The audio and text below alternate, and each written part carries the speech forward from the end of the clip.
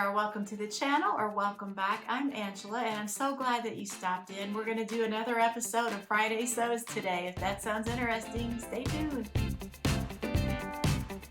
Thank you so much for joining me today.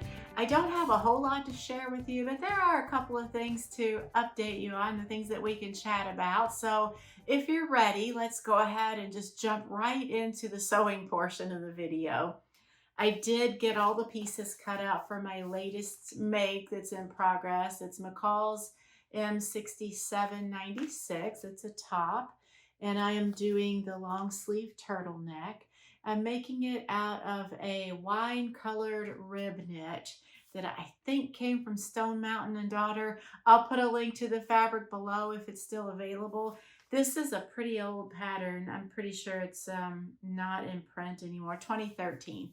So probably you can, if you wanted to find it, you'd have to look on eBay or Etsy or something like that. And then the only other thing that I've done sewing related this week, actually two things. I did buy some patterns, which I will share with you here in just a moment. And then the other thing that I did was more of like a boring kind of utilitarian sewing project.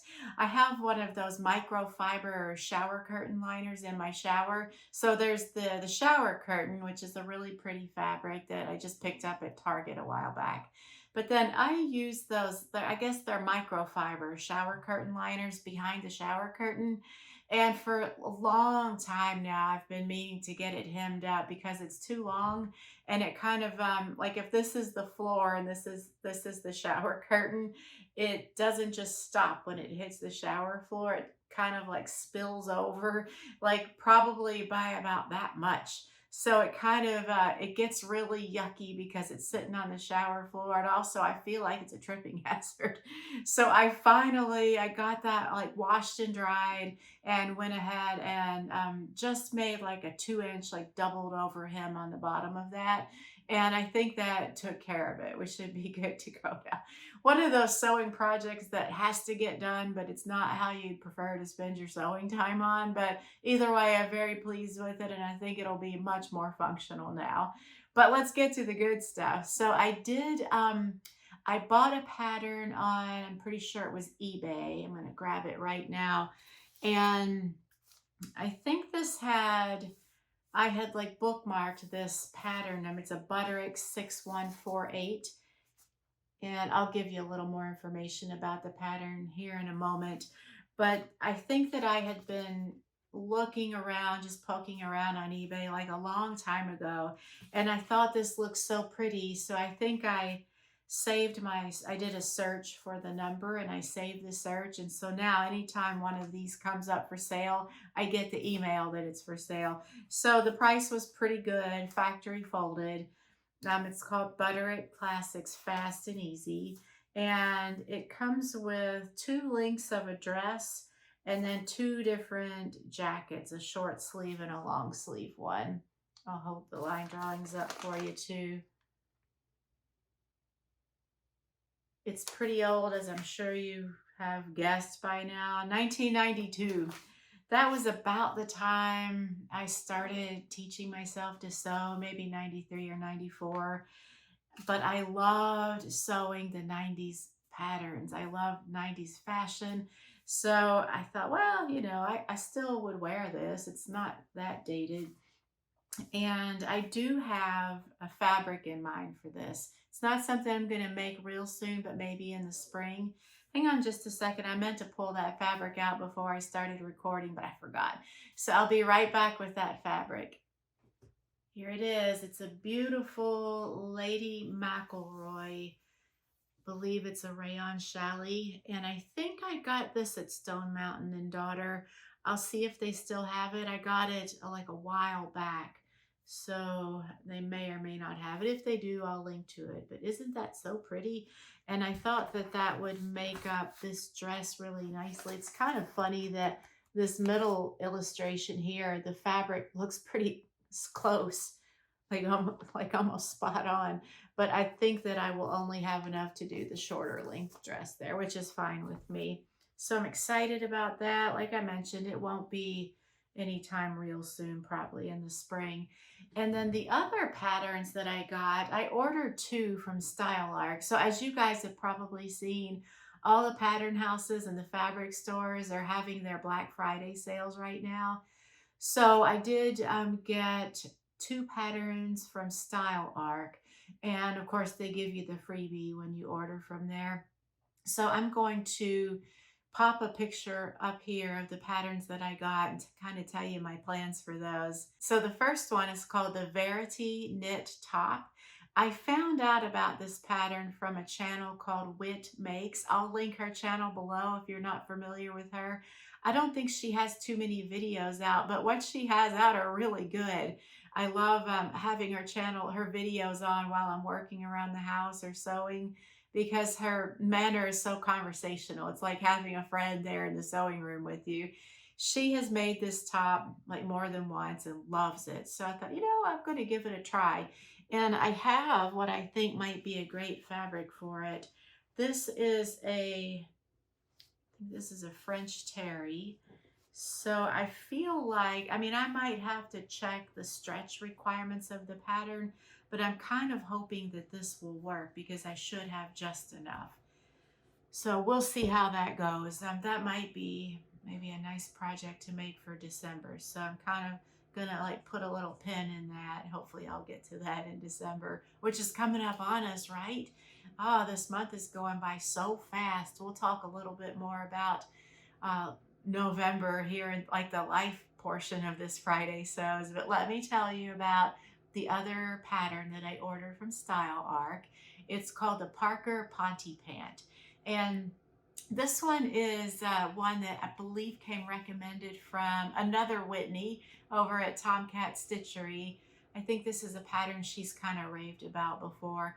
So I went ahead and got it because it was on sale, but I don't have any Ponte fabric or any kind of like stretchy bottom weight fabric that would work for this that I can think of. So I'll just kind of hold it for now. If I do pantuary again in January, where that's kind of, for the last 2 years, for the month of January, I've focused all my sewing efforts on making pants. So I started calling it pantuary a couple of years ago. So I might make those Parker Ponte pants for pantuary in 2024. So we'll see about that. And then the freebie that I got from Style Arc was a set of pajamas. I'll put that up here. So that is my big pattern haul. And I did take advantage of Closet Core's Black Friday sale and I ordered printed patterns. So once those arrive, I got 3 of them because they're having, and it's going on right now to the day that this video comes out. I'm not sure how long they're going to have that. So if you're interested, go check them out over Closet Core. If I didn't say that, it's buy 2 and get 1 free. So I did get 3 patterns from them, but I'll wait till they come in the mail before I share those with you, and we'll do another little pattern haul. So that's really all I've done sewing related this week. And as far as life, this week is the U.S. holiday of Thanksgiving, which happened yesterday. And our family, we do our big Thanksgiving Day party, big meal on the Saturday after. So while you're watching this, if you're seeing it on the Friday that it comes out, we are going to be hard and fast here at our household, getting things ready for that, cleaning, doing some of the cooking. So my husband is going to cook a turkey, which he does every year. And then I've got a bunch of side dishes that I'm making, and some of them can be made the day or the evening before and then just reheated. I'm doing, it's a new recipe. So I have my core favorites, which I'll share with you. But then every year I like to throw in a new one. Of course, that kind of means that I have to push one out, or otherwise I'll be making like 15 things as the years go by and the recipes accumulate. So my good favorites are mashed potatoes, of course, roasted sweet potatoes, roasted cabbage and onions, stuffing, and cranberry pear crisp, and green bean casserole. That one kind of, I don't always make every year. Sometimes one of our guests will bring that, so I don't have to make it. Nobody volunteered to bring it this time, so I'll be making that. And then the new one that I'm going to make this year is called uh, Brussels sprouts with creamy sun-dried tomatoes or something like that. It sounded really good. I love Brussels sprouts, so, and I know that could be like a hit or miss thing with people. My husband is one of those that can't stand Brussels sprouts, even though he'll eat cabbage, broccoli. He can't stand Brussels sprouts or cauliflower though. So anytime that we make or I make Brussels sprouts here at the house, I get to have them all for myself, which I will never complain about because they're one of my very favorite foods. Hopefully some of our guests will like Brussels sprouts so I can share this new recipe with everyone. We'll just have to wait and see. We are probably expecting maybe around 12 to 14 people. So it won't be huge. We've had more than that, but it's kind of nice when it's a little smaller. That way you get a chance to spend more time with each person. So mostly it'll be each of our families coming and then a couple of friends. So it should be good. And then the only other thing as far as life goes, we finished getting all of our kitchen tiles up. We recently tiled our backsplash. Thanks to all you guys who said such nice things. I posted a couple of photographs of in process over on my community page. We have gotten them all up. We have not put the grout on yet. So we kind of had to put like a pause on that project just because with the holiday coming up. So we will get back to that after Thanksgiving. And it should be hopefully not as laborious as sticking the tiles on the wall. We worked probably for about 9 to 10 hours, the two of us working almost all day. We took a couple of small breaks, but I have to say that we've done like a lot of DIY home improvement projects and we're not ones to shy away from things like that. I mean, if it's something that we just don't have the skills for and can't be easily learned, then we'll leave it to the professionals. But anything that's kind of doable by a homeowner, we'll go ahead and learn all we can and take a stab at it. And we had heard on YouTube videos and so forth that tiling a backsplash is like the perfect beginner DIY project. I'm going to have to say that it's probably not the perfect beginner DIY project. We got it done, but I wouldn't say it was easy. I would say that it's not for a beginner, maybe like an advanced beginner. And I don't want to discourage anybody, but it was definitely not for the faint of heart.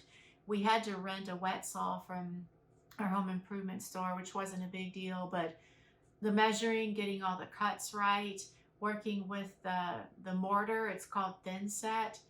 It was kind of messy, and you find yourself kind of stooping over to get up under, below the cabinets and reaching the wall, getting back into the corners and everything. So we were exhausted by the time we were done.